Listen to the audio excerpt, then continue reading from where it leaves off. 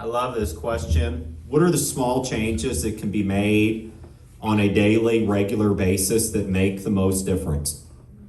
Okay, whoever wrote this question is really smart, because that is where actual change takes place. That's how stuff changes. Stuff changes through the small daily things. Like for me, I have some things that I do daily or weekly that are like unmovable for me, that are very positive. Like starting my day in the morning with journaling on the day by day. And it's like, I've never gotten too cool for school for that. I've never outgrown it. You know, what happened with a lot of these guys, a lot of the alumni, is they kind of like get a few years sober and they get like, think they got all the answers and become real woke, and they get really away from surface and being willing to do the small things, all right? Because they already know. They think it's an intellectual thing. It's not an intellectual thing. It's an emotionally driven illness that I have that is driven by emotion. And so doing things like starting my day with journaling, practicing yoga, on, bike riding, me going to my home group on a regular basis, these small things that I'm committed to that I know I need to invest in to get something out of has been the thing that's allowed me to have sustainable change through all these years.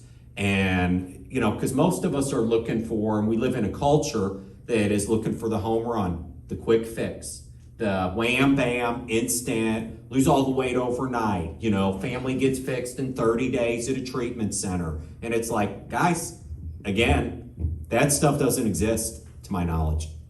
But very good question.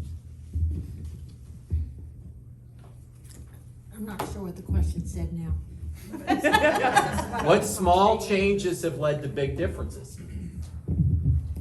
Yeah, I think it has to do with my commitment, and being willing to look at myself and my part.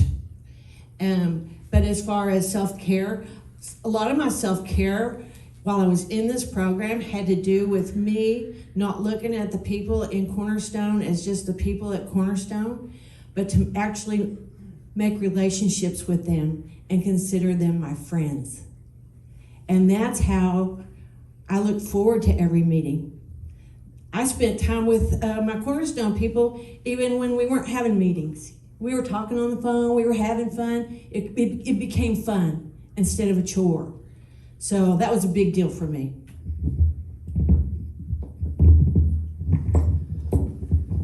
I think the biggest thing for me, I'm really great at thinking about myself. I'm really, really good at being self-centered. And so the biggest thing for me that I still like, especially after awakening, it's really easy, or it was easy for me, I should only speak for myself, to once it wasn't like a quote unquote requirement to kind of, for a little while, forget to think about other people.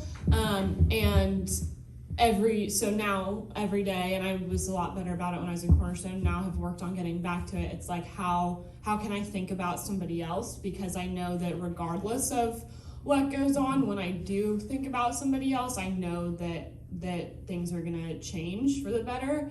And it gets me out of worrying about myself or what I can do or blah, blah, blah. Because I know when I'm impacting or like even just listening to other people or whatever, it starts to make a difference in how I operate in my own life. The other thing that I know for the three of us that we've done, and I don't even know if it's like real conscious, but so these small things, daily or weekly, I turn them into service positions for me, okay? Where it's like, I gotta be there.